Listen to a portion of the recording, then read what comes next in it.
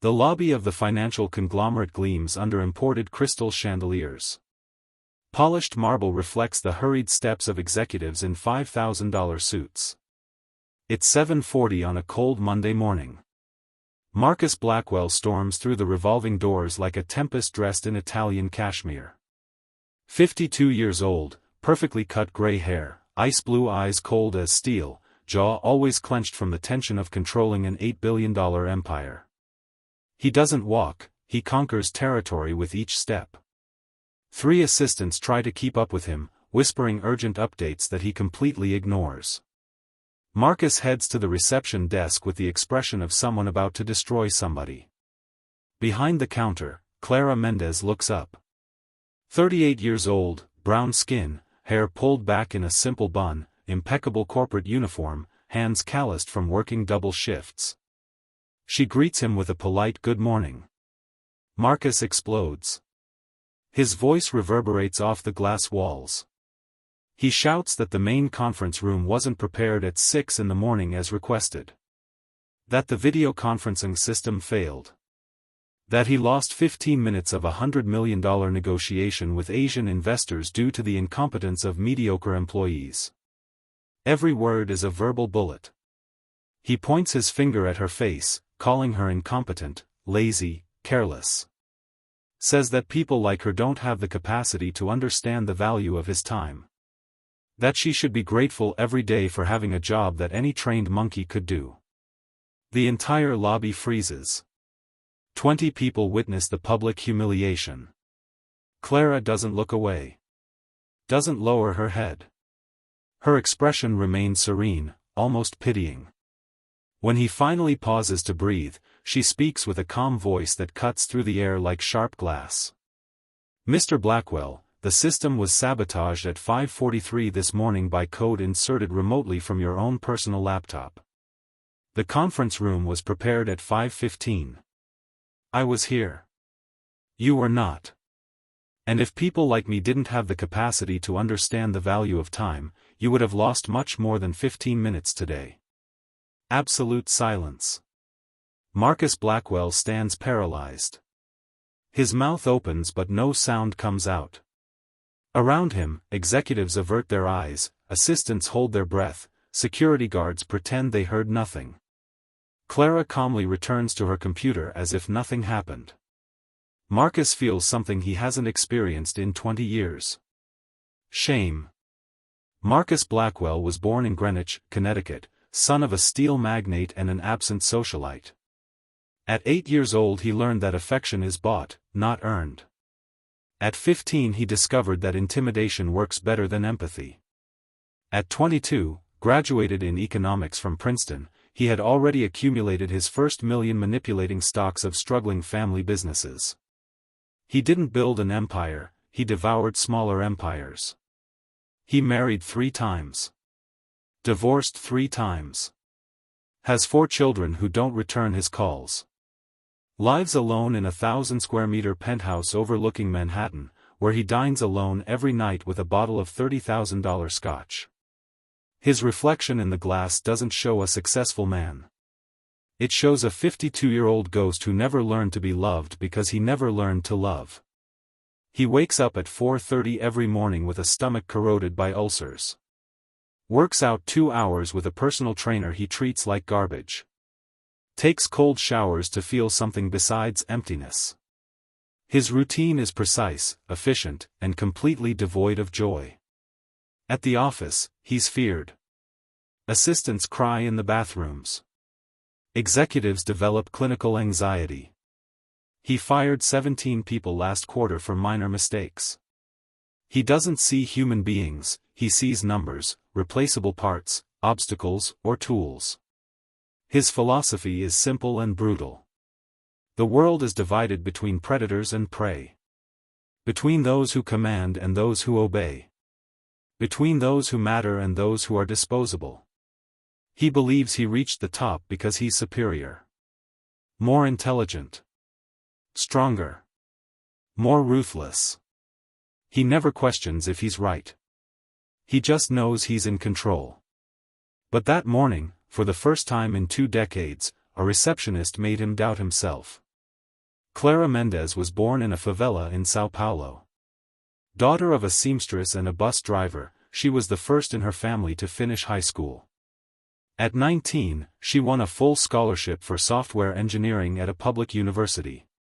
She graduated top of her class. Got a master's degree in cybersecurity. Published 3 academic papers that were cited at international conferences. At 27, she worked as a senior specialist at one of the largest tech companies in Latin America, earning a salary that allowed her to lift her family out of poverty. Then her father had a stroke. 6 months later, her mother was diagnosed with cancer. Clara sold everything. Apartment. Car. Savings. She came to the United States seeking experimental treatments that Brazilian medicine didn't offer. Used all her connections to get medical visas.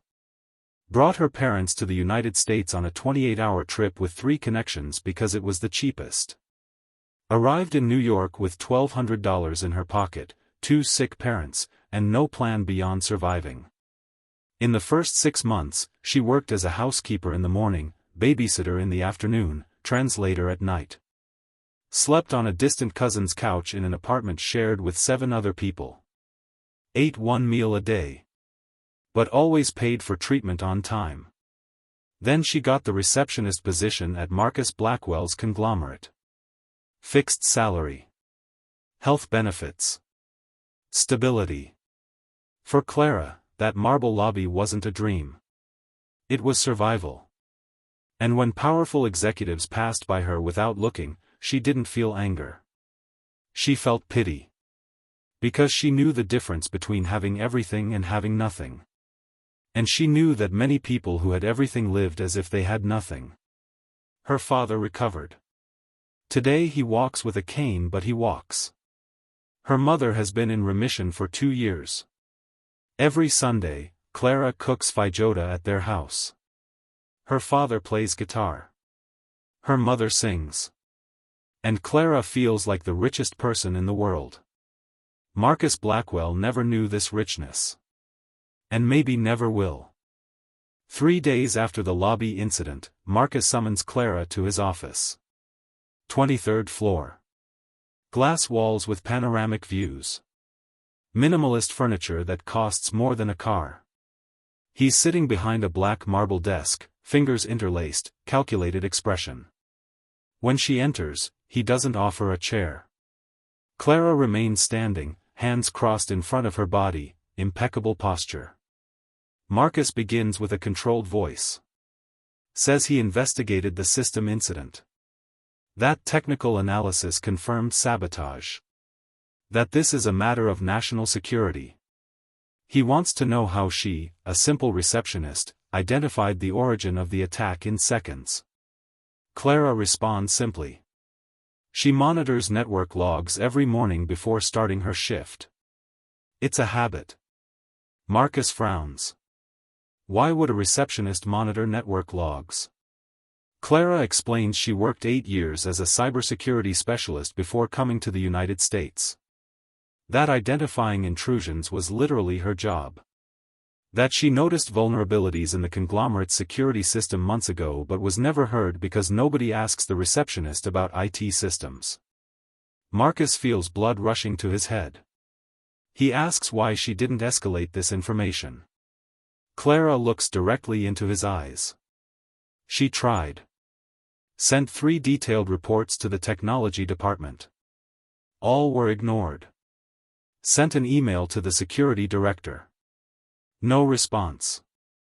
Tried to speak personally with the vice president of operations. Was informed that receptionists don't have authority to question corporate processes. Marcus feels anger and confusion. If she's so qualified, why does she work as a receptionist? Clara doesn't hesitate. Because my parents needed medical treatment that costs $15,000 a month and this was the only job I could get quickly with a valid work visa. Because survival has no pride. Because doing what's necessary isn't shameful, it's courage. The room falls silent. Marcus realizes he's facing someone he categorically underestimated. Someone who, in other circumstances, would be his equal or superior. He dismisses Clara with an abrupt gesture. But when she leaves, he stares at the closed door for 15 minutes, unable to work. 2 weeks later, the conglomerate holds its annual investor conference. 500 people in the main auditorium. Live cameras.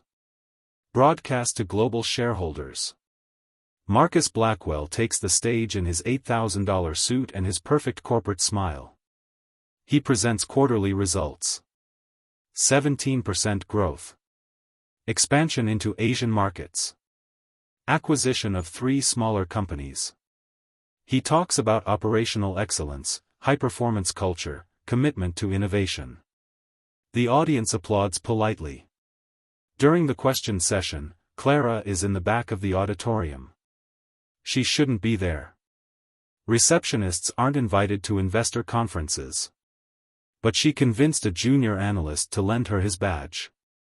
When they open the microphone for questions, Clara raises her hand. The moderator, not recognizing her, points to her. Clara walks to the microphone. Her voice is clear and calm. Mr. Blackwell, you mentioned culture of excellence and innovation. But in the last 18 months, your conglomerate has lost 23 of its best software engineers. 7 moved to competitors. 16 started their own companies. Turnover in the technology department is 68%, 3 times the industry average. 3 strategic projects are over a year behind schedule. The cybersecurity system, according to an internal audit that leaked last week, has critical vulnerabilities uncorrected for 8 months. The question is simple. How do you define excellence when the most talented people in your company are fleeing? The auditorium falls into deadly silence. Cameras turn to Marcus. He's pale. His jaw locks. He tries to smile but looks like a cornered animal.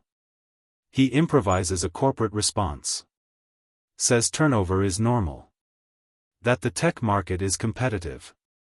That the best talent is always disputed. Clara doesn't let go of the microphone. With all due respect, Mr. Blackwell, 3 former employees have sued the company for workplace harassment in the last 6 months. It's not the market. It's toxic culture. Explosion. Investors begin to whisper. Journalists activate recorders. Corporate lawyers rush backstage. Marcus Blackwell, for the second time in less than a month, has no answer. Clara hands back the microphone and calmly exits the auditorium. On stage, Marcus feels the empire beginning to shake beneath his feet. Marcus catches up to her in the parking lot. She's walking toward the subway. He shouts her name. Clara stops, turns slowly. Marcus is disheveled. Loosened tie. Messy hair. He's never looked so human. He demands to know why she did this. Why she humiliated him publicly. Why she destroyed years of reputation building.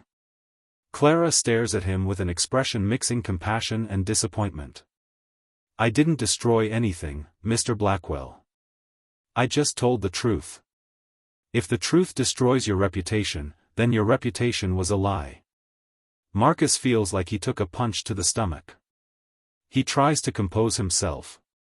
Says she doesn't understand how the corporate world works. That she's naive. That you don't build an empire by being nice. Clara takes 2 steps toward him. Her voice gets lower but infinitely more powerful. You built an empire, but lost your humanity in the process. You have $8 billion but nobody who truly loves you. You command thousands of people but none of them respect you, they only fear you. You think you're powerful because you can fire, humiliate, control. But real power is when someone chooses to follow you even when they could leave. Real respect is when people speak well of you when you're not in the room. Real success is when you lie down at night and don't need $30,000 scotch to forget who you've become. She pauses. Marcus is visibly trembling. I came from a favela in Brazil, Mr. Blackwell. My father drove buses 15 hours a day. My mother sewed clothes until her fingers bled. But when they came home, there was love. There was laughter. There was dignity. They never had money, but they were always rich in the things that matter. You have everything they never had. And you have nothing of what they always had. Clara turns to leave, but before she does, she says one last thing. And the answer to your question is simple. I did this because someone needed to. Because people like you never stop until something forces them to stop. Because every time you humiliate someone, every time you treat a human being as disposable, you diminish not only that person. You diminish all of humanity. Including your own. Marcus Blackwell, one of the most powerful men on Wall Street, stands alone in the parking lot as a receptionist disappears into the crowd. And for the first time in 30 years, he cries. Clara was 28 when her father had the stroke. It was an ordinary Tuesday. She was in a strategic meeting presenting a new security protocol when she received the call. Her father, Joaquim Mendez, 61 years old, had collapsed at the bus wheel. Miraculously there was no accident. But when he arrived at the hospital, half his body was paralyzed. Clara dropped everything. Sold her car to pay for the first months of intensive physical therapy. Her father cried every night because he could no longer work. Because he felt like a burden. Clara held his hand and said he had carried the family on his back for 40 years. Now it was her turn. 3 months after her father's stroke, her mother, Lucia, discovered a lump in her breast. The diagnosis came 2 weeks later. Aggressive cancer. Metastasis. Doctors gave 6 months without treatment. 2 years with chemotherapy. Clara emptied her bank account. Took out loans. Sold the apartment that took 10 years to acquire. It wasn't enough. The public health system was collapsing. Lines for cancer treatment reached 8 months. Clara didn't have 8 months. She had a mother withering away each day. That's when a former college colleague, now working in the United States, mentioned an experimental program in New York. Cutting-edge immunotherapy treatment. 70% success rate. Cost of $500,000. Clara didn't have $500,000. She didn't even have 5,000. But she had determination. Studied immigration routes. Filled out forms. Called hospitals. Negotiated payment plans.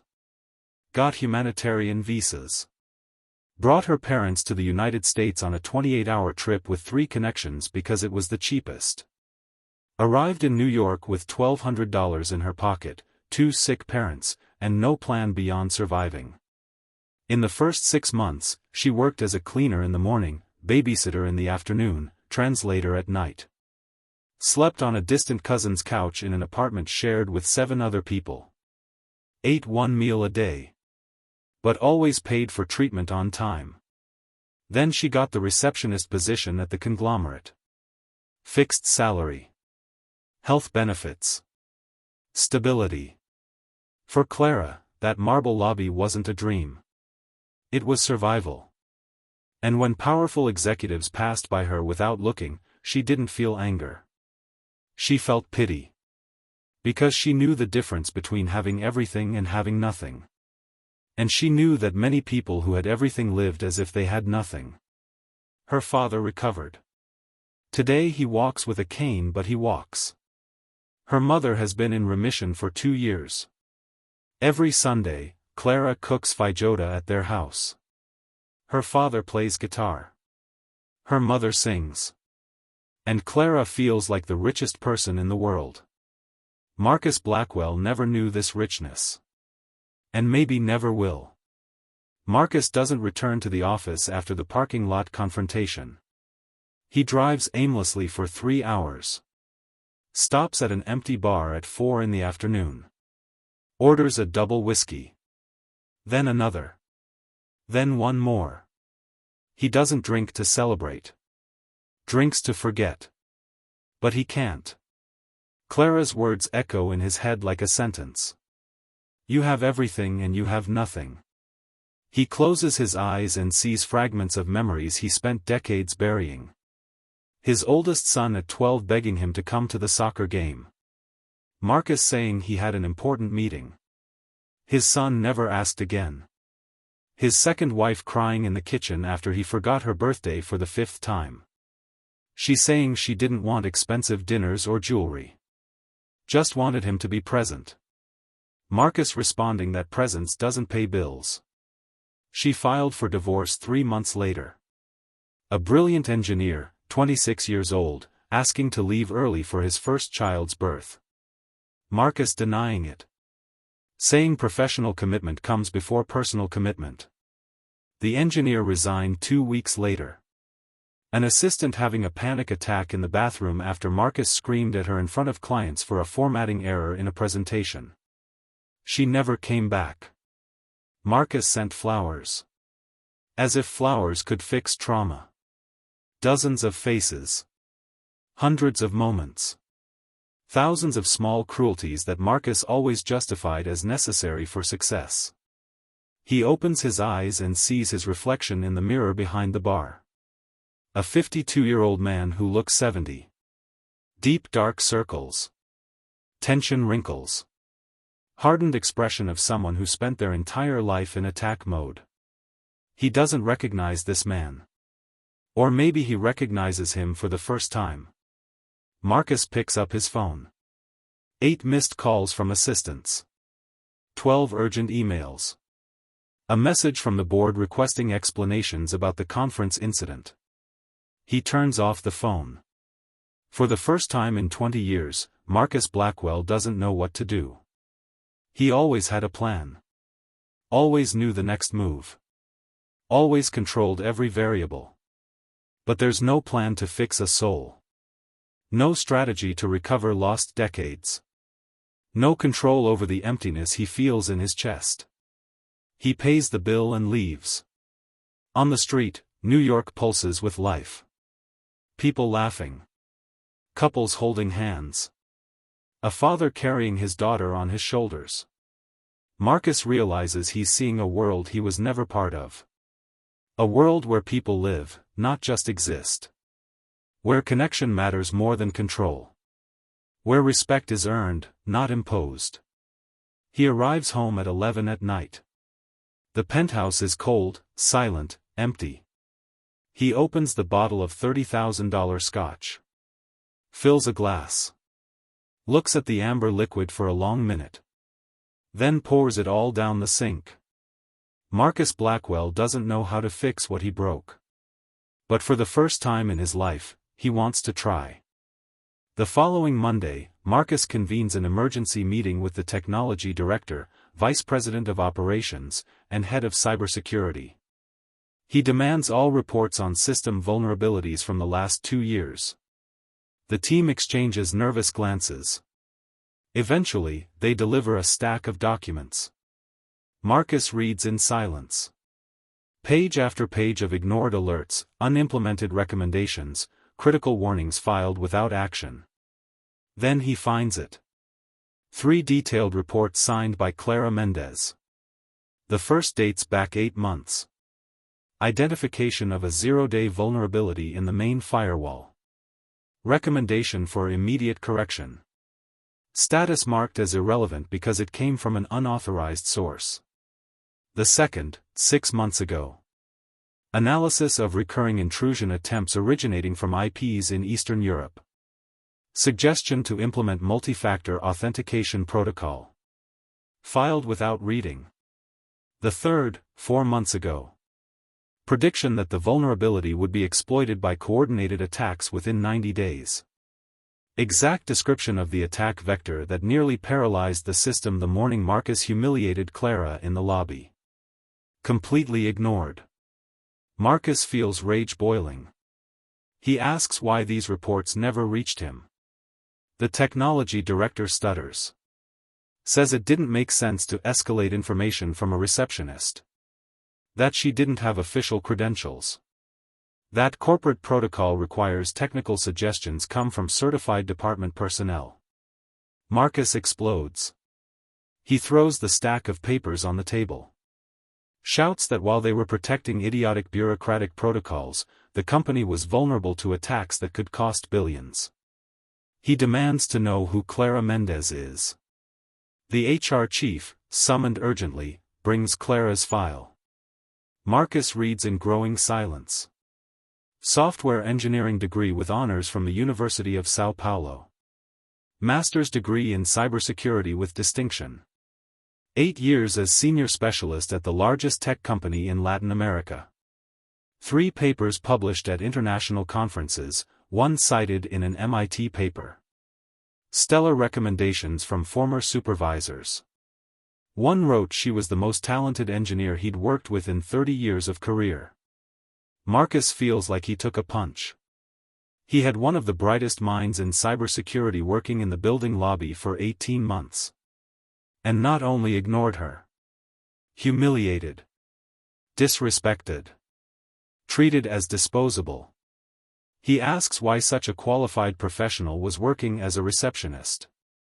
The HR chief explains she accepted the position out of immediate need for financial stability.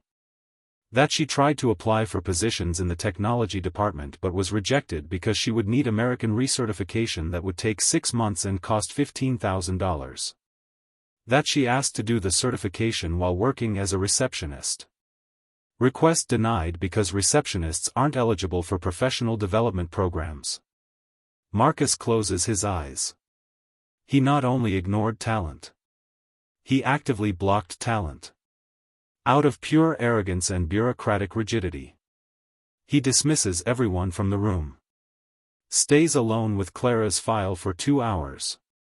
And realizes she wasn't invisible because she had no value. She was invisible because he decided not to see. Marcus finds Clara in the lobby the next morning.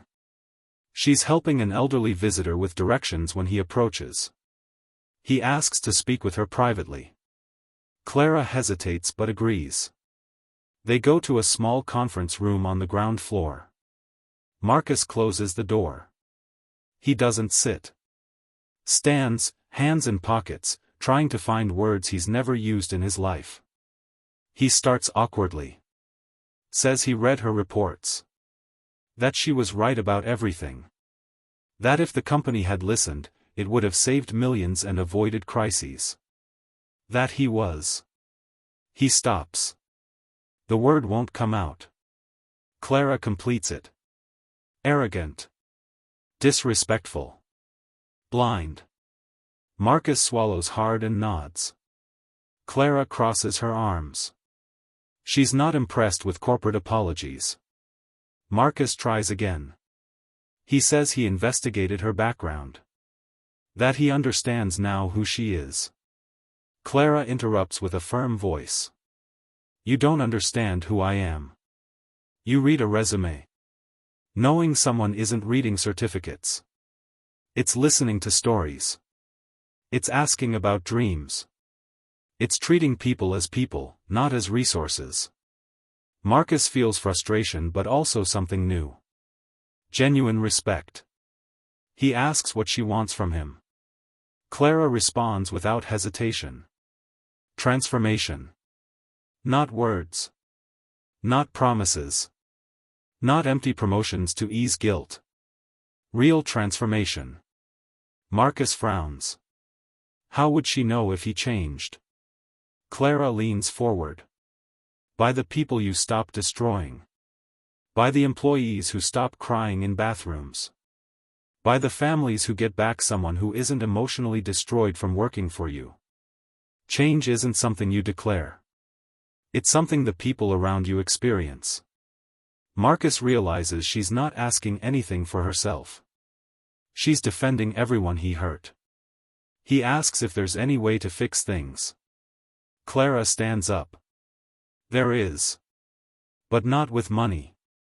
Not with positions. Not with performative gestures. It starts with a choice. Every day. In every interaction. With every person you think doesn't matter. She heads for the door. Marcus calls her back. He asks, almost like a plea, if she would help him. Clara stops at the door. Help how? Marcus admits he doesn't know how to change. That he spent 50 years building walls and doesn't know how to tear them down. Clara looks at him for a long moment. Then says something Marcus will never forget. I can't do the work for you, Mr. Blackwell. But I can observe. And if I see real change, if I see a man who treats the person who cleans his office with the same respect he treats a billionaire, if I see someone who listens more than he speaks, who admits mistakes instead of blaming others, who values people for what they are and not for what they produce, then maybe we can talk again. She leaves. Marcus stands alone in the conference room. And for the first time, he has something he never had. A purpose beyond profit. 2 weeks later, Marcus summons Clara to his office. This time, there's a prepared chair. Fresh coffee. A different atmosphere.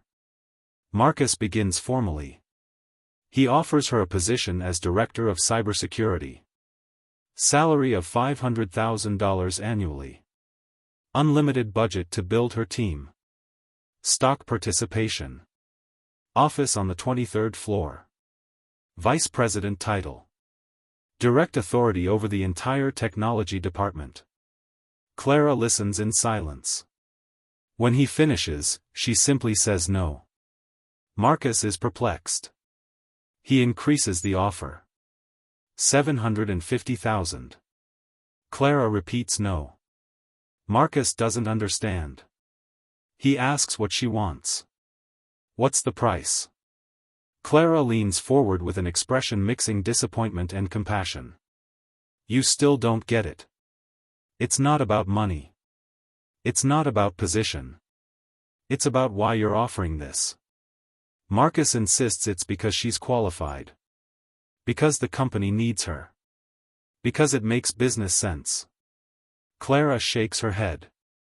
You're offering because you feel guilty. Because you want to ease your conscience. Because you want to turn a mistake into a public relations victory. She stands up. When you offered me this position, how many other people in the lobby did you greet today? Marcus remains silent. How many cleaning staff do you know by name? Silence. How many security guards, assistants, IT technicians did you treat as human beings in the last 2 weeks? Marcus realizes he has no answer. Clara continues. You want to promote me because you finally discovered I have measurable value. But what about the other 20 people who work in this building that you'll never discover? Don't they deserve respect because they don't have master's degrees? Don't they deserve dignity because they can't increase your profits? She heads for the door. I refuse your offer, Mr. Blackwell. Not because I don't need the money. I do. My parents still have treatment that costs a fortune. But accepting this position now would validate exactly what's wrong with this place. It would say that only exceptionally talented people deserve to be treated with respect. Marcus tries to argue but Clara interrupts. When you learn that the person who delivers coffee deserves the same good morning you give shareholders. When you learn that human error doesn't justify public humiliation. When you learn that leadership isn't making people fear you, it's making people want to give their best because they believe in you. When you learn these things, not with words but with consistent actions over months, not weeks. Then we can talk about working together. Until then, I'll stay in the lobby. She leaves. Marcus is left alone with a $750,000 offer rejected. And the humbling understanding that all his power can't buy what he needs most. True respect. 3 weeks after Clara's refusal, the conglomerate faces its biggest crisis in 15 years. A group of activist investors publishes a devastating report. Toxic corporate culture. Unsustainable talent turnover. Systemic failures in innovation. Critical security vulnerabilities. Growing labor lawsuits. The report cites anonymous testimonies from dozens of former employees. Stories of workplace harassment. Burnout. Discrimination. Hostile work environments. The impact is immediate. Stock drops 19% in 2 days. 3 major corporate clients cancel contracts. 2 rating agencies downgrade the company's credit rating. The financial media feeds the story. Wall Street Journal publishes a cover story. The price of power without humanity. Forbes does a critical profile on Marcus Blackwell, painting him as a symbol of everything wrong with American corporate culture. The board convenes an emergency meeting. For 6 hours, furious shareholders demand explanations. Some call for Marcus's resignation. Others suggest bringing in outside consultants. There's talk of selling the company. Marcus sits in silence while his empire is dissected. For the first time in his career, he has no defense. Because everything they're saying is true. That night, Marcus walks through the empty office. 23rd floor. Dim lights. Heavy silence. He stops in front of a framed photo. Marcus at 35, receiving an Entrepreneur of the Year award. Confident smile. Ambitious eyes. Expression of someone who conquered the world. He looks at his reflection next to the photo. 20 years later. Empty eyes. Face marked by stress. Expression of someone who conquered the world and lost his soul. Marcus takes the photo and throws it in the trash. It's not a dramatic gesture. It's simply the truth. That man died. And Marcus isn't sure who will be born in his place. But he knows one thing. If he's going to lose everything, let it be while trying to become someone who deserves to have something. He calls the board. Proposes a radical plan. Complete audit of corporate culture by external firm. Implementation of verifiable respect and inclusion policies. Employee listening program with protection against retaliation. Review of all promotion and hiring processes. Massive investment in personnel well-being and development. And most important, he publicly commits to changing his own behavior. With measurable goals. Quarterly evaluation by anonymous employees. Real consequences if he doesn't improve. The board is skeptical. But the alternative is worse. They approve the plan with one condition. Marcus has 6 months. If there's no real improvement, he resigns. Marcus accepts. For the first time, there's something at stake beyond money. There's redemption. Marcus arrives at the office at 7:15 in the morning. 15 minutes after Clara. He goes straight to the lobby. She's organizing correspondence. He doesn't ask for anything. Just says good morning. Clara looks up, surprised. Responds good morning. Marcus continues to the elevator. The next day, he does the same thing. And the next day. And the next. Every morning. Good morning, Clara. Always with respect. Never asking for anything. In the first week, he learns the names of the cleaning staff. Gabriella, who cleans his office. He greets her. She almost drops the vacuum in shock. In the second week, he learns that Gabriella has 3 children. That she works 2 jobs. That she's studying nursing at night. Marcus asks how the course is going. Gabriella doesn't trust him yet. But she answers. In the third week, Marcus starts arriving at meetings on time. Not 10 minutes early to intimidate. On time. He listens before speaking. When a junior analyst makes a mistake in a presentation, Marcus doesn't explode. He asks what happened. Listens to the explanation. Identifies the flaw in the process, not in the person. Suggests a solution. The room is shocked. In the fourth week, Marcus implements an open-door policy. 1 hour per week, any employee can speak with him without an appointment. In the first days, nobody shows up. Then an administrative assistant asks to speak. She's nervous, trembling. She reports that a manager is making inappropriate comments. Marcus listens without interrupting. Thanks her for her courage. Investigates personally. The manager is fired 3 days later. The news spreads. Marcus isn't just talking about change. He's acting. In the 5th week, Marcus meets with 3 former employees who sued the company. He doesn't go with lawyers. Goes alone. Listens to their stories without defending himself. Apologizes. Offers fair reparation. 2 accept settlements. 1 says he doesn't need money, but thanks him for the apology.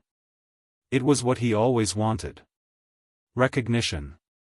In the 6th week, Marcus reorganizes the compensation structure.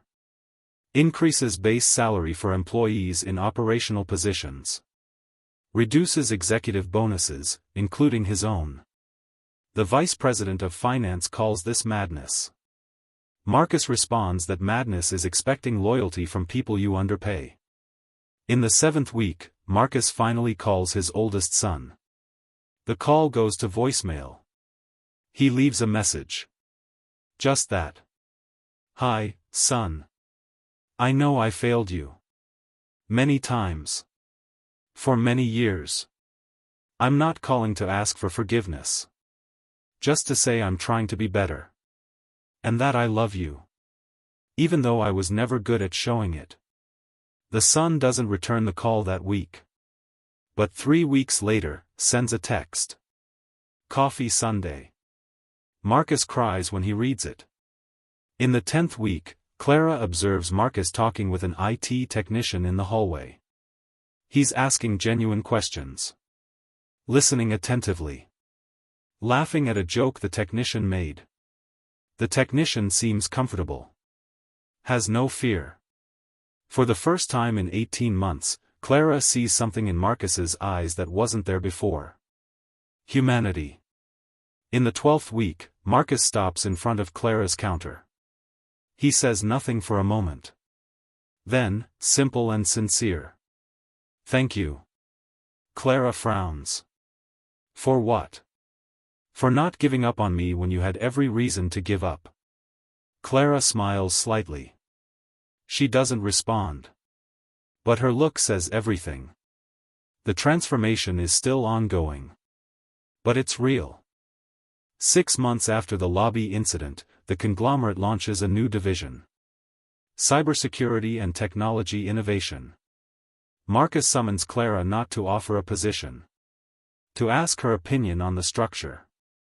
They meet in a conference room. There's no hierarchy in the seating arrangement. They sit face to face as equals. Marcus shows the plans. Clara analyzes with critical attention. Points out flaws. Suggests changes. Marcus writes everything down. Not defensively. Genuinely interested. After 2 hours, Clara asks why he's showing this to her. Marcus responds simply. Because you're the most qualified person I know. And because I learned that good decisions come from listening to people who know more than you. Clara stares at him for a long moment. Then she says. I accept leading this project. But with conditions. Marcus nods. She lists them. Complete autonomy over technical decisions. Budget to hire not just the most qualified, but also people with potential who never had opportunities. Mentorship program for employees in operational positions interested in technology.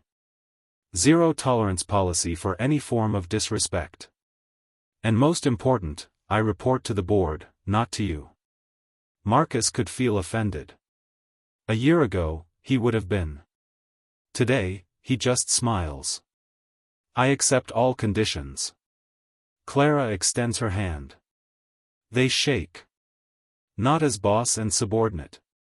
As partners. In the following months, Clara's division transforms the company. She hires a diverse team. Former refugees with unrecognized diplomas. People from marginalized communities with undiscovered talent. Older professionals discarded by the market. She creates a culture where mistakes are learning, not punishment. Where respect isn't a benefit, it's the foundation. Where people matter as much as profits. Productivity skyrockets.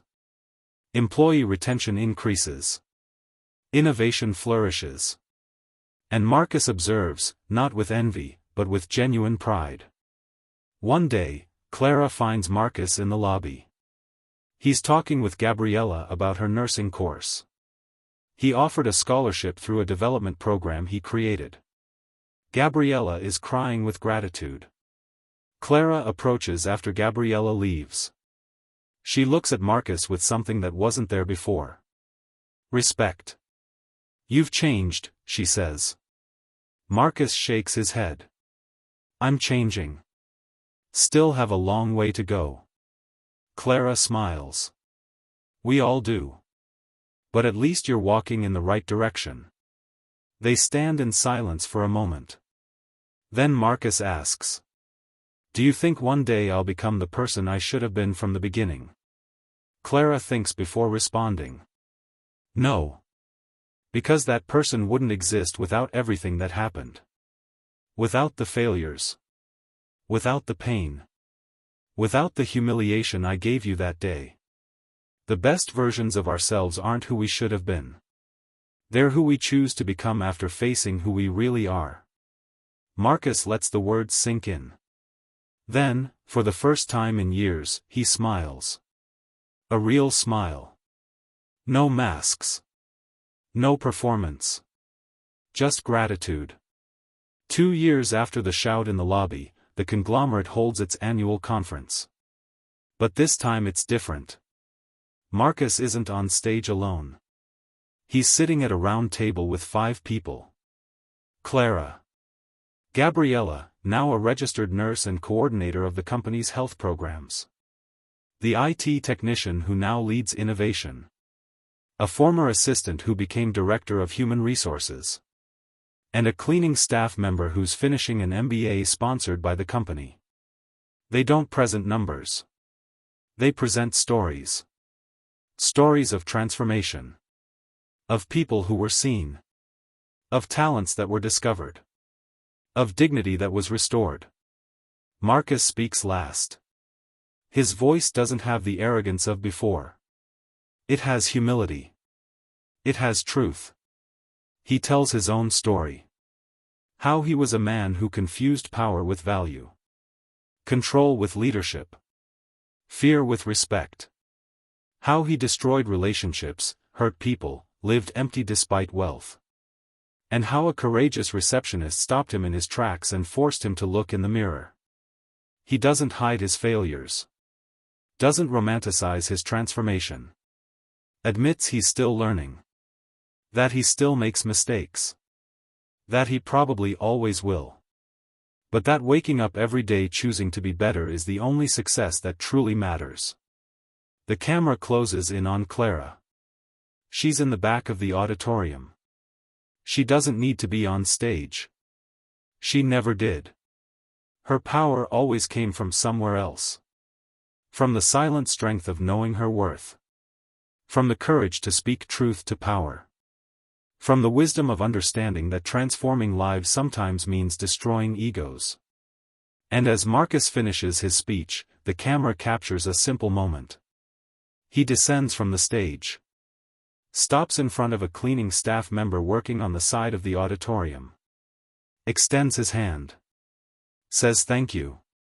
The staff member smiles. Marcus smiles back. And in that small gesture, there's a revolution. Because true power isn't making people bow down. It's lifting up people who were stepped on. True success isn't accumulating billions. It's enriching lives. And true leadership isn't being followed out of fear. It's being followed out of love. The screen slowly fades to black. But before the end, a phrase appears. The respect you give people when nobody is watching reveals who you really are. And the hardest transformation isn't changing the world. It's changing yourself. The music rises. The end.